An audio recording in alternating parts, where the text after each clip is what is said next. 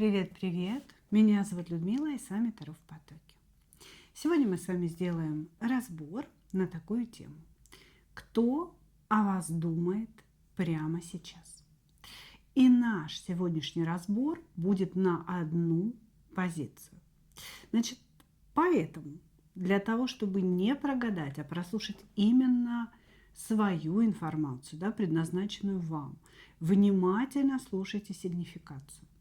Значит, сигнифицировать буду вас, естественно, саму. И если вы себя узнали, да, то смотрите дальше и разбираемся.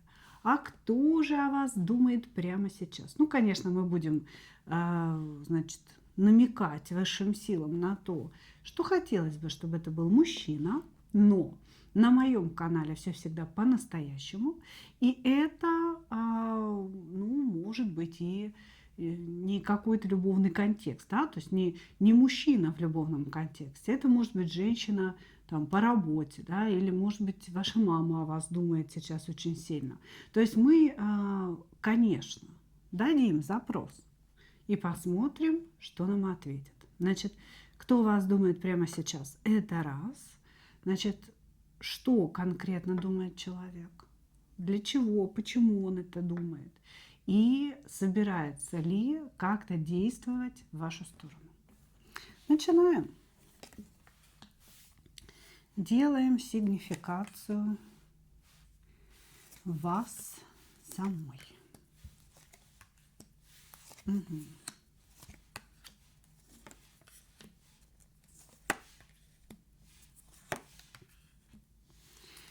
Так, ну вы здесь можете быть разведены, перевернутая императрица, значит, или разведены, или женщина, которая сама воспитывает детей, да, может быть, и не были замужем, но есть ребенок или несколько детей. Вот. Или вы можете быть замужем, но как-то, знаете, уже не воспринимаете своего мужа как, ну, как мужа, как любимого, как помощника и так далее. Вот, значит, здесь показано состояние вашей усталости, да, что на самом деле вы ресурсный человек, жезловая королева, активная, яркая, женщина, которая движется вперед, которая не останавливается, которой все всегда нужно. Понимаете, то есть вот вы такой человек, которому все всегда нужно. В горы пойти замечательно, да, вы первая. Детей на спектакль сводить, вы первая.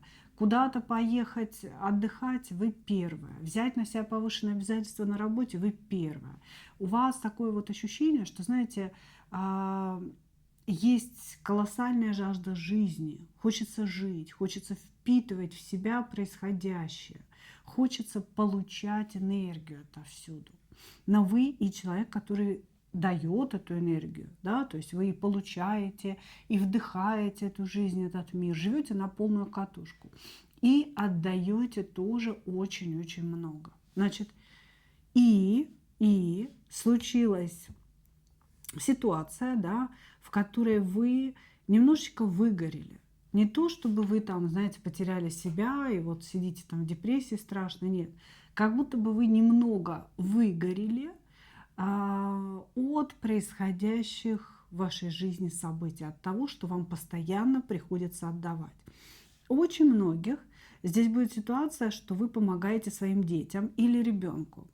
Или же содержите, да, как бы самостоятельно детей. Или, может быть, дети уже взрослые, и просто вам хочется помочь, отдать кусочек своего ресурса, да, поддержать, ну вот быть опорой для своего ребенка или детей.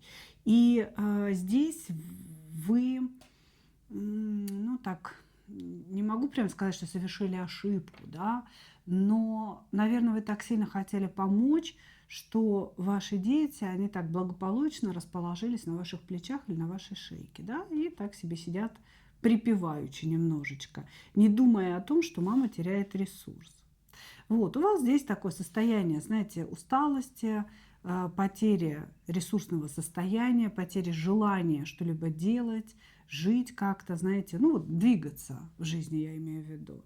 Вот, вы устали от постоянного состояния борьбы, это ваше классическое состояние, как жезловая королева, да, то есть вы всегда в бой, вот вы первая в бой. И, конечно, вам это очень сильно уже поднадоело, уже хочется, чтобы кто-то взял за вас ответственность, решил что-то за вас, да, что не вы всегда впереди планеты всей, а кто-то вас ведет, кто-то для вас что-то делает. Вот этого очень сильно не хватает. Значит, при этом вы еще и человек, то есть вы управленец. Вы человек, у которого может быть серьезный бизнес, которым вы управляете. Вы можете управлять большим количеством людей или финансами, да, какими-то потоками. То есть вы вообще умнейший человек. На вас выпадают очень сильные карты. Да, маг, королева жезлов. Человек, который вот вообще движим интеллектом, движим какой-то идеей. Вы хотите ресурса, вы получаете этот ресурс, отдаете этот ресурс. Вы живете в таком полном энергообмене с Вселенной, в полном энергообмене с окружающим вас пространством. Но чрезмерно отдаете, да, отдаете больше, чем берете. И именно поэтому сейчас такое состояние потери ресурсов. У кого-то была недавняя потеря, да, здесь может быть, ушел близкий человек, умер, да, то есть я имею в виду, умер близкий человек, или не умер, но, допустим, уехал из семьи, да, от вас, как от матери, может быть, сын, да, переехал жить отдельно, уехал учиться куда-то. То есть у вас здесь есть некое состояние потери кого-то очень близкого, кого-то очень родного. И вот это, знаете, неспособность принятия этой ситуации, нежелание принятия этой ситуации. Вот, то есть такая здесь тоже особенность описывается. Хорошо, хорошо. В общем, пришли ко мне очень сильные девочки, нереально сильные, которым доставалось в этой жизни по первое число. Но, как говорится, да, вы все пережили, вы крепчаете. Ну, собственно говоря, очень-очень сильные, очень заряженные люди. Итак, хорошо. Ну, давайте посмотрим, кто же о вас думает прямо сейчас. Кто о вас думает прямо сейчас.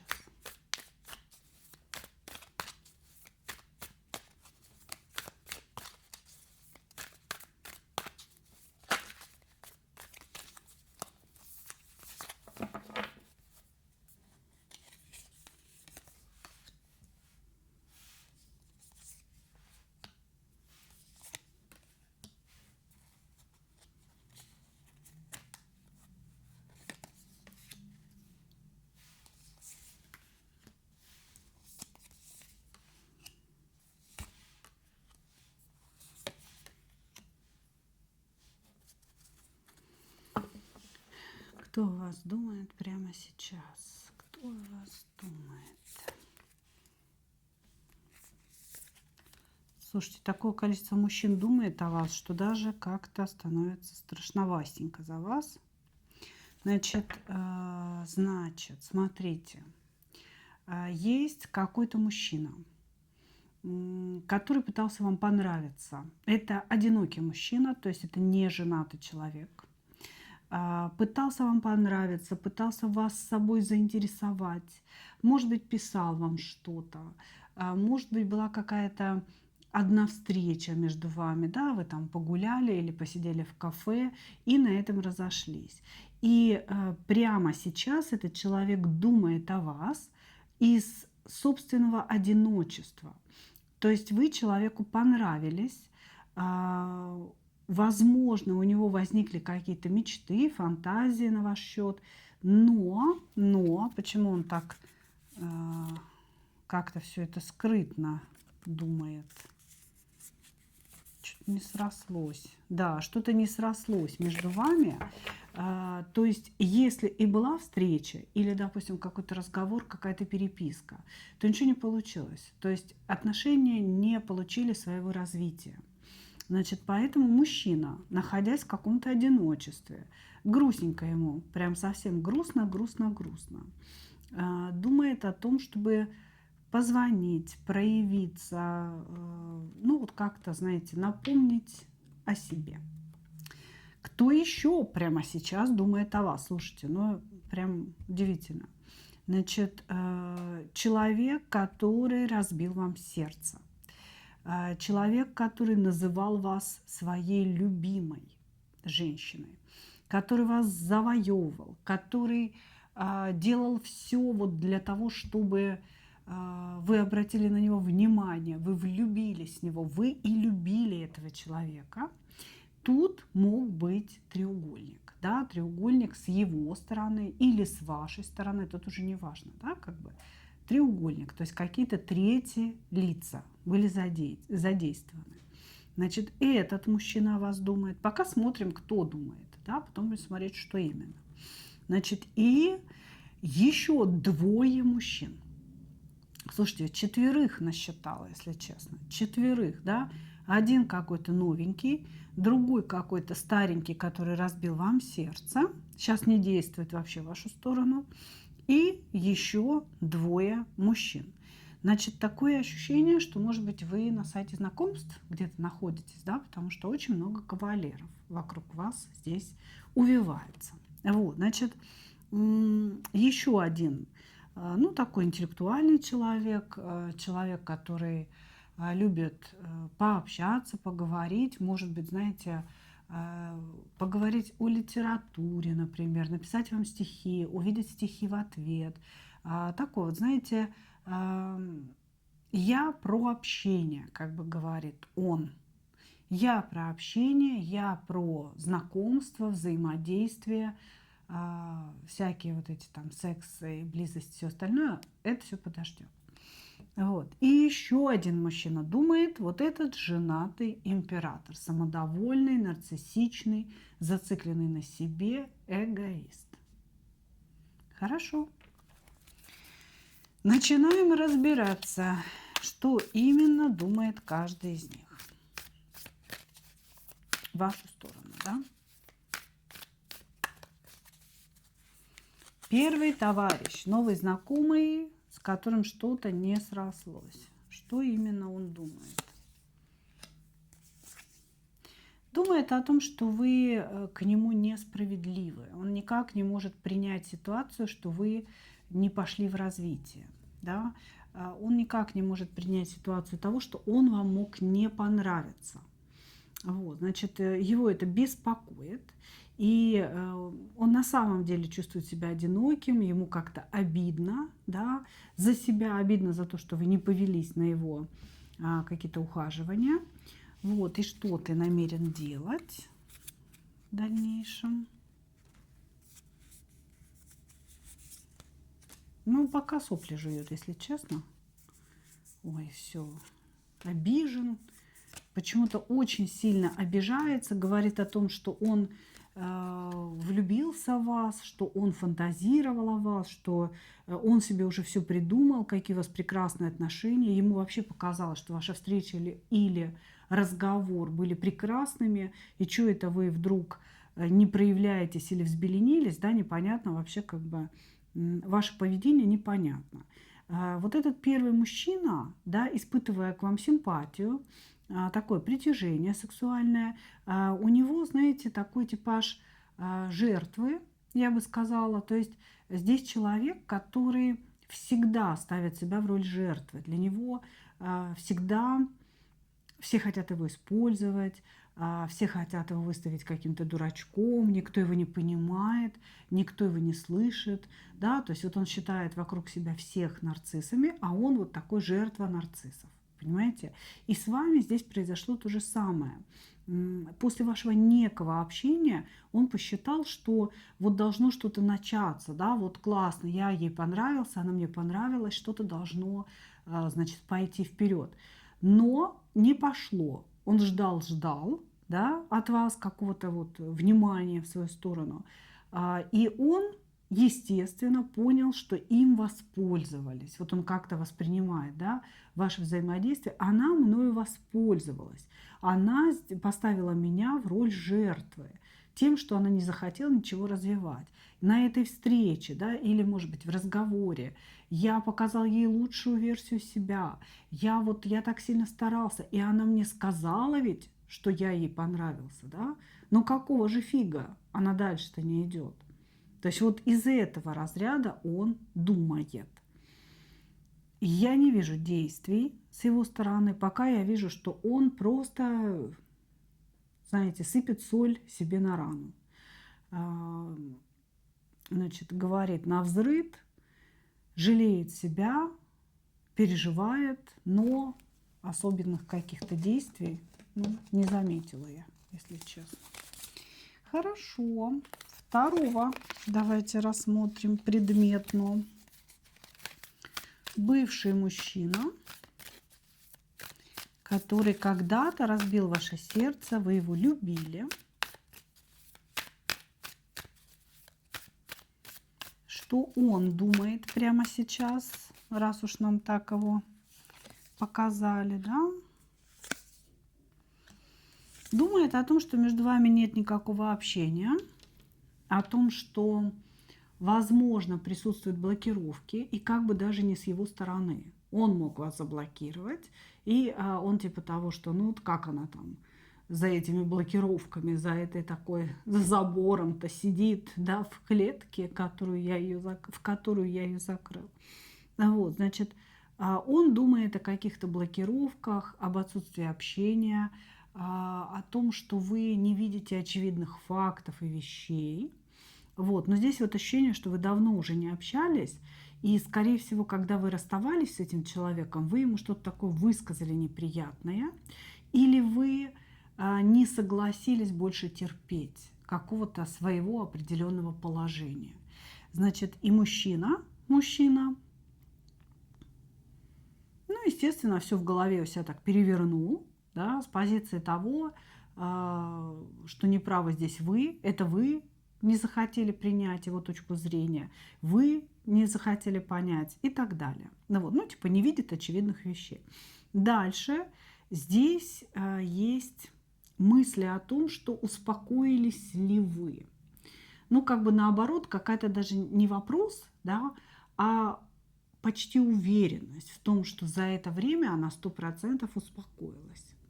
Она 100% успокоилась и сейчас находится в гармоничном состоянии. И что из этого следует? И из этого следует, что она-то меня любит, да, ну, как бы он на это надеется и даже уверен в этом. И, скорее всего, здесь будет копытами назад товарищ рваться. То есть он обдумывает в своей голове, да, первое, отсутствие общения между вами, да, что вот вы такая вся неправая, вот, но тем не менее она же любит меня, не могла же эта любовь у нее никуда испариться, да, она меня любит, значит, нужно как-то ее возвращать. Что, как возвращать-то будем? Что по дьяволу он будет возвращать? Здесь будет какое-то проявление. Во всяком случае, пока, да, мы же смотрим мысли вот на сегодняшний момент, пока он собирается проявиться по дьяволу, то есть с искушениями какими-то, с тем, что, ну, давай мы с тобой вместе помечтаем, или а помнишь, как мы с тобой мечтали, или я мечтала тебе все это время, да, ты-то думала, я тебе забыл, но я не забыл, я тебе мечтал, я тебе думал, и вот эти вот все песни будут литься в ушки вам. Вот, значит, здесь товарищ задумал возвращение в вашу жизнь и будет действовать согласно этому умыслу. Вот так. Хорошо. Давайте посмотрим оставшихся двоих. Ну, девчонки, У кого-то, да, никого нет, никто не думает прямо сейчас. У вас здесь прямо это цветник. Мечевой, интеллектуальный. Я про поговорить, я про знакомство. Давай познакомимся поближе. Что именно он думает и каковы его намерения. Думает действовать. Думает о том, что вы какая-то не очень заинтересованная в нем. Такая, знаете, разочарованная жизнью женщина. Он видит вас разочарованной в жизни. И ну, здесь на самом деле мужчина хитрит, когда говорит, что он про интеллектуальность, про знакомство, про какое-то такое высокодуховное общение. Давай сходим, допустим, куда-то на выставку современных художников, поговорим о том, о сём, об искусстве я тебе расскажу. Да? На самом деле здесь все проще. Ему хочется с вами сексуального контакта, вы ему действительно нравитесь, этому мужчине. И он видит вас просто такую слегка опустошенную женщину, женщину, разочарованную жизнью. И ему хочется по-хитрому подойти. Ему хочется показать вам, что я не такой, как все. Выбери меня, да, потому что я не такой, как все. Я вот не про секс, я не про постель, я про что-то большее. Я ищу серьезные отношения. Вот он своими заявками, да, разговорами хочет вам сказать именно это. Обрати на меня внимание, я про что-то серьезное. Вот, значит, и он собирается действовать в вашу сторону, потому что он, ну, как бы, знаете, хочет наполнить вас, ну, во-первых, сексуальными энергиями, да, то есть она такая опустошенная, она такая разочарованная жизнью. Я именно тот герой ее романа, да, который может сделать ее счастливой, который ее наполнит, и она мне будет благодарна за то, что я это сделал. Ну вот как-то так это выглядит. И вот, значит, он действовать будет, он думает о вас и думает о том, как ему действовать. Действовать будет активно, достаточно скоро, в расчете на быстро возникшую любовь. То есть он будет действовать, да, и очень надеяться на то, что вы быстро в него влюбитесь и быстро как-то на него отреагируете, быстро ему дадите все, чего он там хочет. А хочет он, конечно, жезлов, и хочет он вашего выбора и секса, и страсти он хочет. Просто он не показывает свою заинтересованность в этом. Он как бы такой, типа, это не главное. Ну, на самом деле, это такое же главное для него, как и для всех остальных. Просто нужно женщину зацепить своей уникальностью. Вот он выбрал такое поведение. Хорошо. Значит, здесь мужчина думает о вас, думает об отношениях с вами и собирается действовать. И действовать он будет по-хитрому, притворяясь высокоинтеллектуальным, высокодуховным человеком, который как-то незаметно, да, под локоток вас будет вести к постельке. Ну, что-то в этом роде у нас.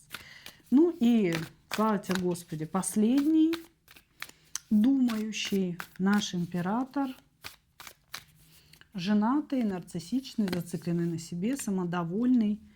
Что думает он?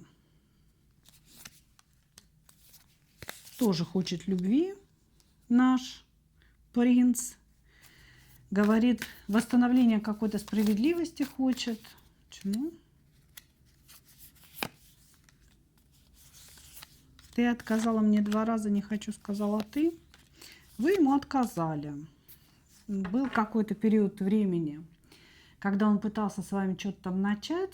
Значит, начать у него не получилось, потому что вы пошли в отказку. Скорее всего, сказали, что с женатым товарищем я как бы шуры-муры крутить не собираюсь.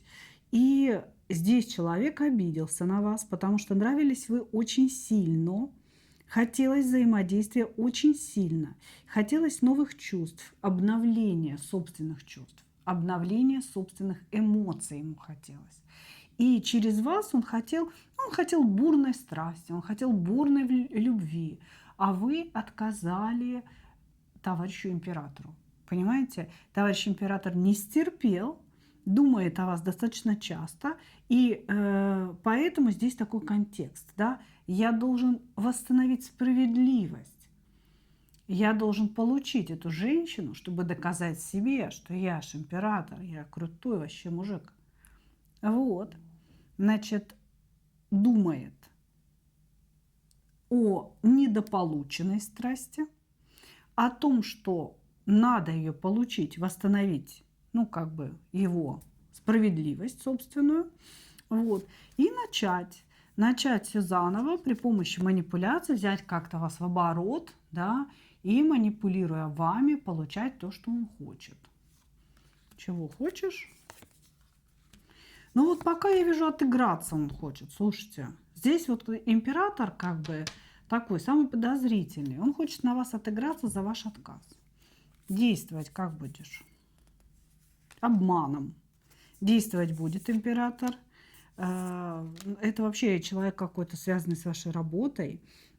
Он будет действовать при помощи какого-то обмана, денег, вот каких-то таких, знаете, хитростей, связанных с деньгами, хитростей, связанных с работой. Что-то такое здесь будет происходить. Здесь будет происходить что-то такое. Вот так, мои дорогие. Здесь, конечно, у вас поклонников море, которые о вас думают прямо сейчас.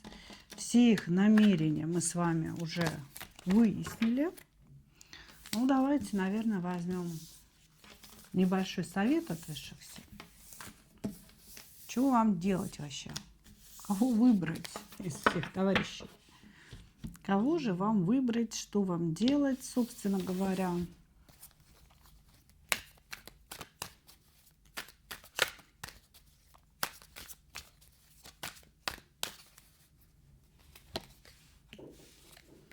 Никого. Ой, не могу. Значит, карта отвечает прямо на поставленный мой прямой вопрос. Никого выбирать здесь нельзя. Стул вашей жизни должен оставаться пустым. Ну, во всяком случае, из этих товарищей, которые о вас думают прямо сейчас.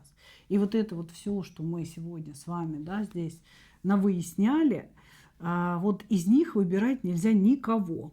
Никого. Потому что кого бы вы ни выбрали, это вас свяжет по рукам и ногам и запустит какой-то очередной кармический урок, из которых вы уже вышли, да, перекрестились, грубо говоря. И тут, как говорится, с каждой из сторон приходит какой-то новенький мужчина со своими новыми приколами и вгоняет вас снова куда? В этот же кармический урок. Да. Значит, больше они ничего не говорят. Они говорят о том, что каждый из этих мужчин недостоин вас. Это не про какое-то серьезное продолжение. Это не про то, чтобы вас наполнить. Это не про то, чтобы сделать вас счастливой. Это наоборот про то, чтобы забрать у вас вашу энергию, чтобы забрать у вас, откачать ваш собственный ресурс, собственно говоря. Ну и ни до чего хорошего это вас не приведет. Здесь как бы совет такой: никого из мужиков не брать, из тех, кто начнет сейчас проявляться, да. Если собрались куда-то ехать, поезжайте в путешествие и отдохните от этого всего. Как-то так. Ну что, мои дорогие, вот такой у нас сегодня получился разбор. Надеюсь, что срезонировал с вами. Обязательно пишите в комментариях. Также не забывайте, для тех, кто не знает еще, да, что я открыла второй канал, который называется Людмила Шпакова в потоке. Под каждым видео стоит ссылочка на этот канал. Пожалуйста, переходите, подписывайтесь и смотрите видео ежедневно. Да? Они сейчас публикуются в шахматном порядке.